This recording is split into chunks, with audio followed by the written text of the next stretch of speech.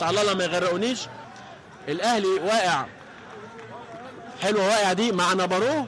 ادي الكابتن طارق يحيى بيقرط في ضوافره. كابتن مصطفى عبده اللي معدوا في اولى اول فصل جميل كده وشكله شيك، يعني ايه كلهم كي جي 1 والباقي كي جي 1 في النادي الاهلي، وبالتالي مباراه تفريحي. المسرحيه بيقولوا له و يعني انا بقول اي كلام. هو مش ممكن في حد يعمل كده. وينزل مانجا هينزل احمد نبيل مانجا عاوز يعمل هات وخد، لا هات ولا اخد.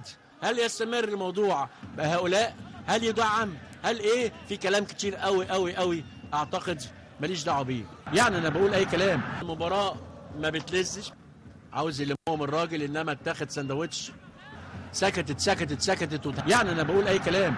احمد علي اهو، وجنبه الولد الشقي علاء شعبان بتاع الحمام، واليماني بيقول له بص لازم تبقى زي دولي وحاجات كده، نقله حضاريه بالنسبه له. مش مستر كوزيه اللي وقع لهم مره ما طلعوهوش.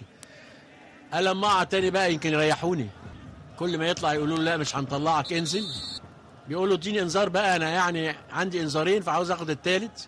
الحكم بيتشاهد لما يصفر صفاره النهايه. لا بقى ما يصحش. يعني انا بقول اي كلام. انا بقول الصوره مش الصوره والصوت، ويجروا حواليا ويبصوا لي كده عاوزين ياكلوني قدامك، والصوت راح تاني مره تانيه. ايه الحكايه؟ رجع الصوت ملعوبه. قبل كده الصوره راحت وبرضه الصوت راح. معرفش ايه المهندسين عندي النهارده مش منهم طبعا، او رجع تاني.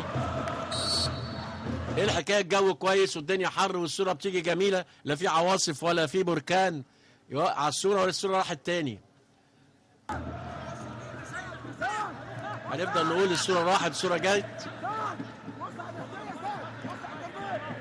واتلعبت الكره لحظه للنادي الاهلي. الصوت رايح جاي. قولوا لنا يا جماعه بقى نذيع ولا ما نذيعش؟ خلاص بقى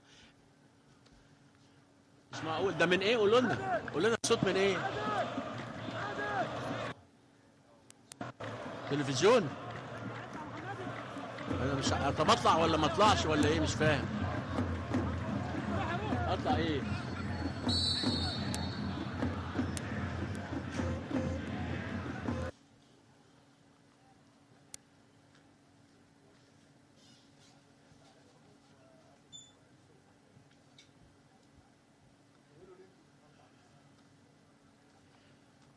تتلعب الكوره وصوت الملعب راح، مره صوت الملعب يروح، مره الصوره تروح، ومره الصوت يروح.